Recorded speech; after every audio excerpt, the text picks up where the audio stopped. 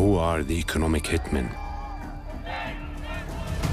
Are they putting insolvent countries in huge debt in order to control them and profit from their resources? The rich were getting rich, but the poor were getting poorer. I think what's important is that it absolutely happened and it benefited a small group of rich people in the global north.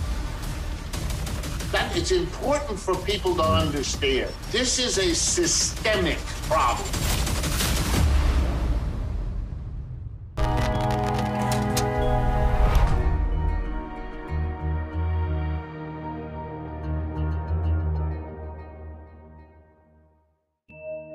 Money was being diverted from health care, education, to pay off the loans. There were a lot of people that did benefit from these crises. Everything has been done to keep this game going. Are there economic hitmen from powerful organizations that get poor countries to sign up for infrastructures that they don't necessarily need and take up loans that they essentially cannot repay in order to make profit? I came across a book titled Confessions of an Economic Hitman by John Perkins, and I was shocked. These people were not discussing buying and selling stocks or companies. It is actually about buying and selling entire economies.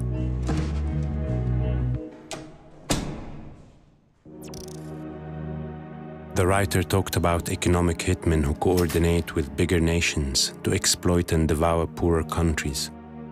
Professional people whose job is to deceive countries and extort them with trillions of dollars. Is this a colonial tactic to strip countries of their resources and political will? A country that needs to build or renew its infrastructure will need capital. It also needs the expertise, technology, equipment, and all of that. Developing countries likely will import some or all of this from another country. In order to pay for the imports, they will take a loan. It seems simple and straightforward, right? Fortunately, I can talk to someone who did this job. His name is John Perkins. I want to ask him about his previous job.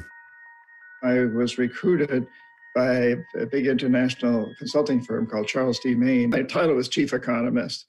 And I had as many as 50 people working for me. My job really was to identify countries that had resources our corporations wanted, like oil, like in the Middle East, oil, and then to arrange for a huge loan to that country from the World Bank or the IMF or one of the sister organizations.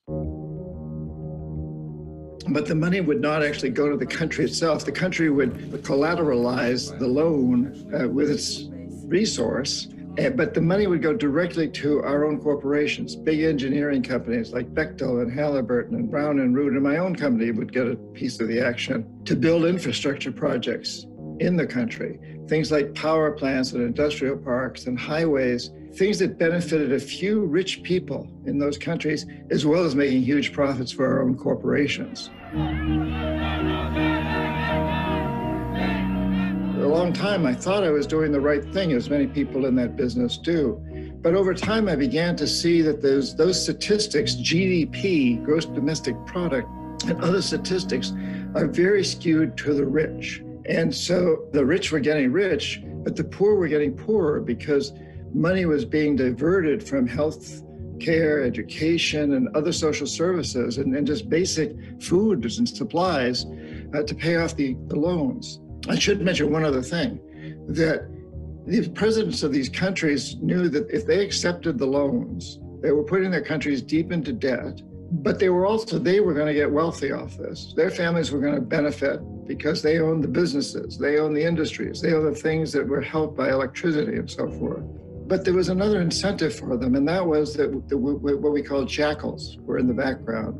And these are CIA assets usually, who overthrow governments or assassinate their leaders. John Perkins is not the only one that spoke about this. Many others say that developing countries which are in heavy debt may go through coups and assassination. And they say that these institutions and companies that lend countries and some jobs there are to manufacture and manage such crises. I reached Vincent Bevins, author of The Jakarta Method, a book which discusses the American intervention and collusion during the mass killings of Indonesians by their government in the 60s. I am sure he has something to say about this. Hi, Vincent. Are there figures like economic hitmen, really? Ones that force abusive contracts on nations and countries? What I can say is that in the second half of the 20th century, it was absolutely true that a lot of countries in the global south, countries that used to be part of something called the Third World Movement, ended up saddled with a lot of debt, which became unsustainable. So are these institutions and actors from the north economic hitmen? Who is benefiting from this? There were a lot of people that did benefit from these crises. I think what's important is that it absolutely happened and it benefited a small group of rich people in the global north. And do you think that these practices are still in place today? It's now fairly well recognized that the prescriptions the IMF was going around the world and handing out to indebted and poor countries were often very destructive. The IMF has even gone back on a lot of what it said in the past was the right medicine for a country that, quote unquote, had problems, even if those problems might have been generated by the system itself. But at the time, nobody was questioning this. And the fact that the IMF 20, 30 years later says, oops, we actually might have ruined half the world's countries doesn't change the fact that we're still on the path today that was created by those actions generations ago. In the middle of so much data, someone could say, well, these countries and regimes accepted the deal and committed willingly. Nobody forced them. I will ask this question to the American economist, Richard D. Wolff. Hi, Professor Wolff. How are you? Very good. I'm very glad to be here. What can you tell me about the so-called economic hitmen and corporations or institutions that strangle countries' economies? First of all, it happens all the time. It is nothing new. It is not rare. It is common. So somebody from a powerful corporation goes and will sometimes connect to a local equivalent of himself and cut a deal and say, look, I'm going to get paid $10 million for getting this done.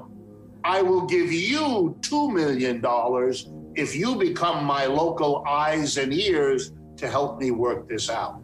Forgive me if I will sound naive. Isn't the country receiving this loan participating willingly in this terrible deal? Happens all the time. People from third world countries can get into that because they understand this game and they get the job because they say, I know better about the details of local politics. And by the way, it often fails. Don't imagine it's all so smooth. Sometimes one of these people will get drunk and say the wrong thing to the wrong person.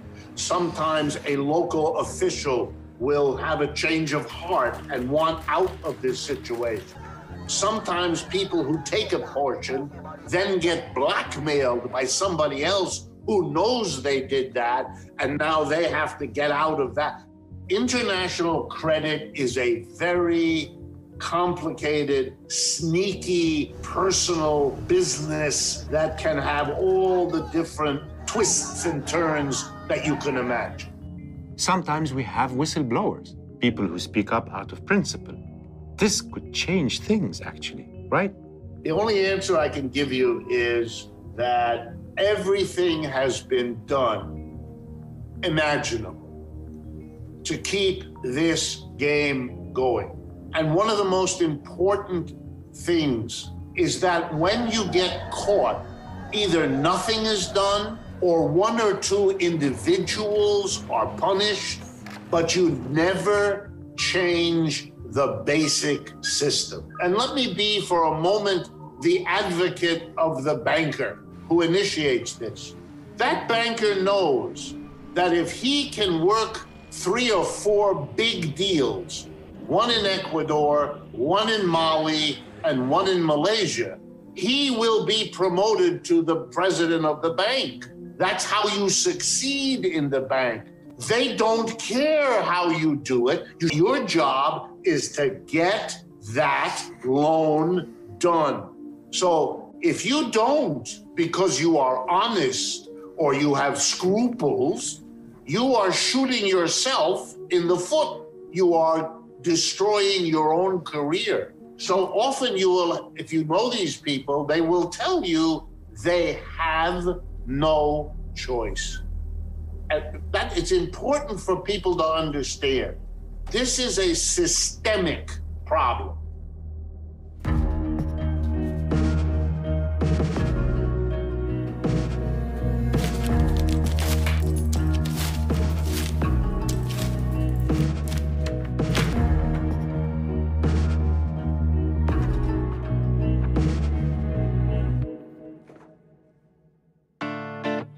Imagine when the entire economy of a state is placed on the betting table.